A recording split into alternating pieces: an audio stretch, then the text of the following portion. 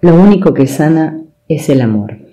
Los egos nos enseñan que el pasado predecirá el futuro.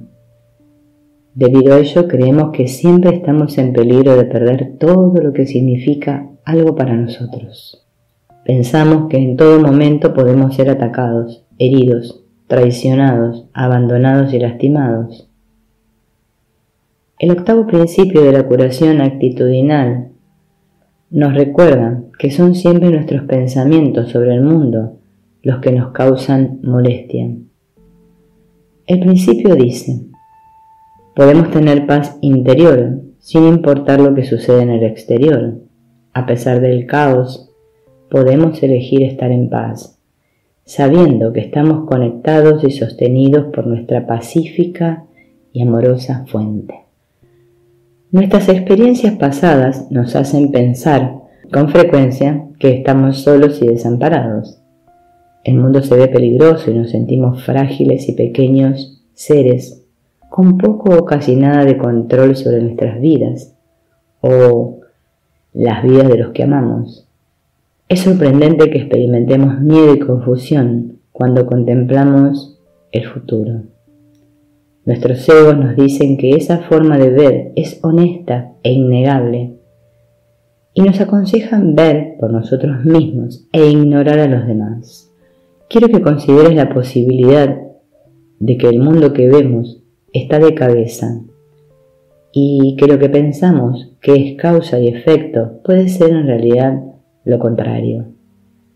El sistema de creencias con el que estamos acostumbrados a vivir enseña que la causa de nuestra molestia viene del exterior. Así, siempre somos una víctima potencial de lo que no podemos controlar. Por ejemplo, si queremos jugar tenis y llueve, el clima ha arruinado nuestros planes y es razonable que nos enojemos. Si estamos enfermos y perdidos, nuestra paz interna, nuestro ego, nos dirá que perdimos la paz y debido a la enfermedad. Por lo tanto, estamos desamparados ante las fuerzas del mundo. Pero la culpa es un juego del ego. Cuando las cosas salen mal en nuestras vidas, ya sean las relaciones, los negocios o la salud, nuestra tendencia natural es encontrar a alguien a quien culpar. Pero, ¿qué sucede cuando jugamos el destructivo juego del ego y encontramos a quién culpar? ¿Eso arregla algo en nuestras vidas? ¿Nos sentimos más amados? ¿Más conectados? Nuestra mente está íntegra. Todos hemos cometido este error y todos hemos visto sus consecuencias. La proyección y la culpa destruyen nuestra paz, felicidad y nuestro sentido de integridad y no arreglan los problemas. Nuestros pensamientos crean nuevas experiencias. Tal vez el mayor regalo que nos ha dado el universo es la libertad de elegir los pensamientos de nuestra mente. Esto significa que cada segundo de cada día podemos elegir la paz en lugar del conflicto, sin importar el caos que nos rodea. Para las mentes acostumbradas a una sola forma de ver y una reacción, puede parecer una tarea imposible.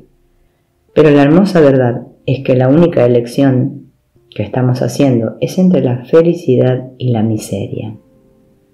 Una vez que lo entendamos, nuestro deseo de elegir constantemente la paz se vuelve instintivo. Sin importar nuestras circunstancias presentes o pasadas, todos tenemos la capacidad de elegir vernos a nosotros mismos y a los demás con amor. Practicar esto todos los días nos dará una alegría que no puede ser tocada por los eventos del mundo. A todos nos enseñaron que la sabiduría llega después de años de experiencia y que mientras más viejos seamos, más sabremos. Muchos suponemos que los grados académicos y los éxitos dan gran sabiduría a los que los obtienen. El noveno principio de curación actitudinal dice: somos estudiantes y maestros entre nosotros. La paz llega cuando reconocemos y demostramos que todas nuestras relaciones son iguales. Sin importar nuestra edad o grados, todos en el centro somos tratados como iguales. Todos somos maestros y alumnos de los demás. Cuando el estudiante está listo, aparecerá el maestro y viceversa. Cuando una persona visita uno de nuestros grupos, le pedimos que deje fuera todos los grados y etiquetas. Cuando el mundo es visto desde el separado pequeño ser, es percibido como una serie de partes desconectadas. Esta imagen siempre debe parecer caótica y confusa y solo puede reforzar una sensación de falta de poder, aislamiento y división. El 10º principio de curación actitudinal reconoce la importancia de una visión curada. Y dice así: podemos enfocarnos en el todo de nuestras vidas y no en fragmentos. Es una ilusión creer que nuestras vidas están separadas entre sí. La curación es centrarse en la interconexión entre nosotros y todas las cosas vivas. Cuando vemos el mundo con los ojos de nuestro ego, es como ver a través de un calidoscopio todos los pequeños fragmentos, pero nunca el todo. Visto de esta forma, nuestra vida no tiene sentido. Cambiamos con cada giro y nunca encontramos nuestro centro. Cuando dejamos de ver por medio de la lente del ego, ganamos una perspectiva diferente que nos permite tomar nuevas decisiones. Es verdad, todos somos parte de una tela entretejida que incluye todo en la vida y cubre el mundo con unidad. Simplemente no estamos separados unos de otros. Para muchos la experiencia de la integridad y unidad ha sido tan breve y tenue que solo la vemos como un concepto idealista. Pero, ¿cómo vamos a creerlo si seguimos concentrándonos en la separación? De manera similar a los científicos que se pasan la vida observando a través del microscopio y ven solo los diminutos fragmentos, pero hacen todo tipo de pronunciamientos sobre el todo. Pensamos que estamos viendo adecuadamente, pero no es así. ¿Alguna vez has ido a un museo y te has acercado demasiado a una gran obra de arte? Si lo has hecho, tal vez notaste que no solo no podías ver el tema de la pintura, sino que veías manchas de color informe. A medida que te alejabas de la pintura, comenzaste a distinguir ciertos objetos, tal vez una cara y una mano. A medida que seguiste moviéndote hacia atrás, hasta poder ver toda la pintura claramente, y el tema fue obvio. También debemos lograr distancia para ver el todo. En lugar de literalmente hacernos hacia atrás, debemos alejar simbólicamente nuestros ojos de los fragmentos y hacernos para atrás figurativamente hasta poder ver el todo. Obviamente este es el proceso mental que requiere que veamos sin juicios y que estemos dispuestos a ver desde el presente y no desde el pasado.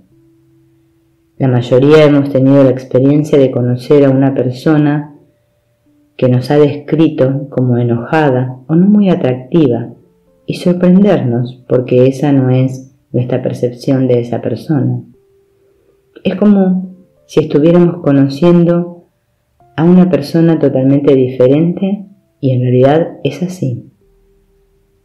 Lo que nos han descrito es solo una percepción y estas son personales y coloreadas por nuestros juicios y opiniones. Una vez que nos damos cuenta de eso, podemos decidir ver a la gente más amplia y amorosamente. Los egos normalmente se atoran y ven todo desde la perspectiva de un microscopio.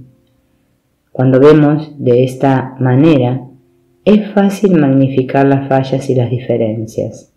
Notamos una pequeña cosa negativa sobre otra y a menos que elijamos ver más ampliamente a través del microscopio, pronto la falla se vuelve lo único que podemos ver. Una forma de ver más ampliamente es imaginar que estamos parados en una montaña, viendo hacia abajo. Todo lo que está abajo parece pequeño e insignificante.